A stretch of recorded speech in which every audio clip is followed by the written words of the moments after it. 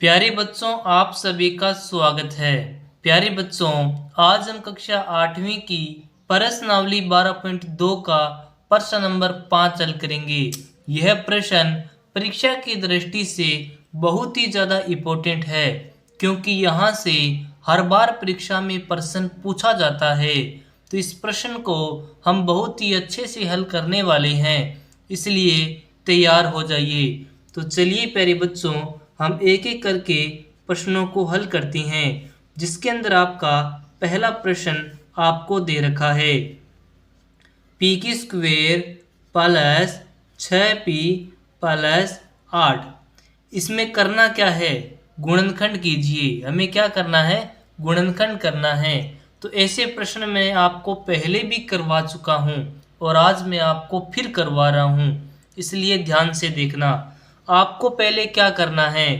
पहली संख्या और तीसरी संख्या को आपस में क्या कर दो? गुणा कर दो। ठीक है।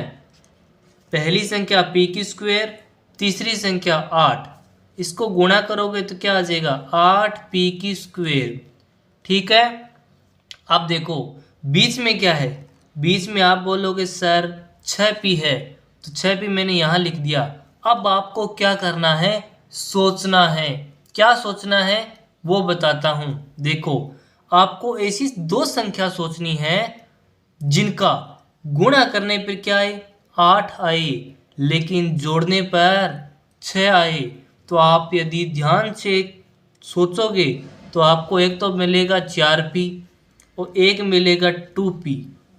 जोड़ो इनको, 4 और 2 6, p और p हो गया। इसमें देखो 4 2 8 और p की स्क्वायर। प्लस माइनस का भी कोई इसके अंदर कोई इशू नहीं है, इसलिए जो आपका दो मान है 4p और 2p वो आ जाएंगे। तो इन्हीं मानों को मैंने यहाँ लिखना है।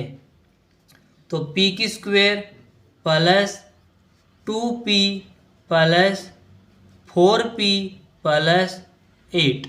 ठीक है, यहाँ तक समझ में आया। अब आगे करते हैं। आगे देखिए, आगे आप क्या करोगे? p यहाँ पर भी है, p यहाँ पर भी है। आप क्या करें? p को क्या कर लो? कॉमन ले लो, बाहर ले लो। क्या बचेगा? p बच जाएगा, प्लस में 2 बच जाएगा। इसमें क्या कॉमन ले? आप कहोगे सर 4 कॉमन ले लो। बिल्कुल, मैंने 4 कॉमन ले लिया। क्या बचा? p बचा, प्लस में 4 2 8। तो मैंने यहाँ पे क्या कर लिया? p प्लस 2 कर लिया। अब p प्लस 2 यहाँ पर भी है, p प्लस 2 यहाँ पर भी है, तो p प्लस 2 को क्या कर लेता हूँ? बाहर ले लेता हूँ। तो अंदर क्या बचेगा? एक तो बच जाएगा p और एक बच जाएगा प्लस का 4। इसका मतलब ये हुआ कि पांचवें का जो पहले का जो उत्तर रहेगा वह रहेगा p प्लस 2 गुणा में p प्लस 4। ओके।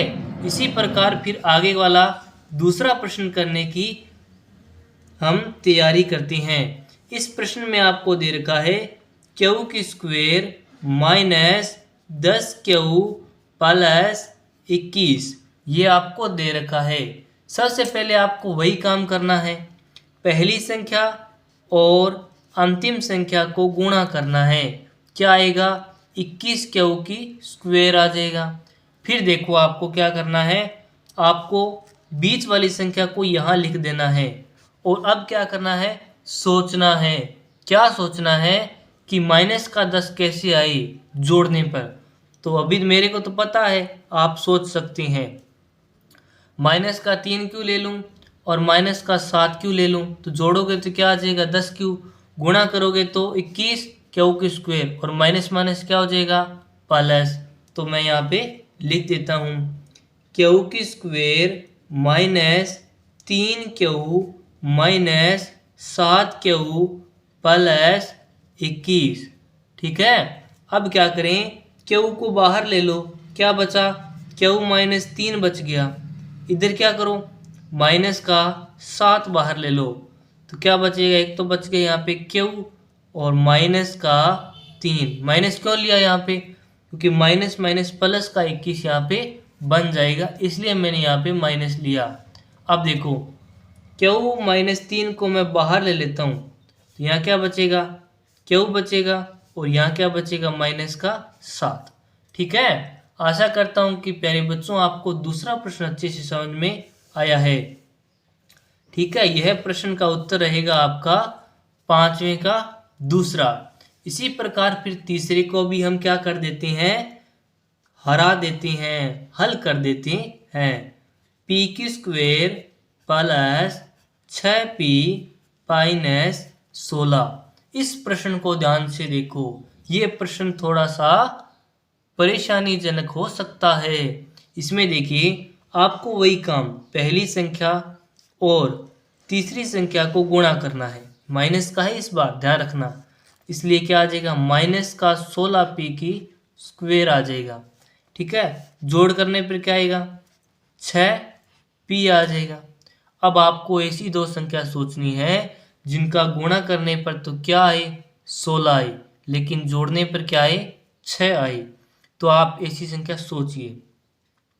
आप सोचोगे तो आपको मिलेगा एक 8 और एक 2, गुणा करने पर 16, लेकिन जोड़ने पर तो 10 आ रहा है, लेकिन घटाएंगे तो 6 भी तो आ रहा है। इसे भी तो कर सकते हैं। यानी कि प्लस का 8 और माइनस का 2 करें तो कहानी कहीं ना कहीं बैठ रही है। कैसे, मैं बताता हूँ।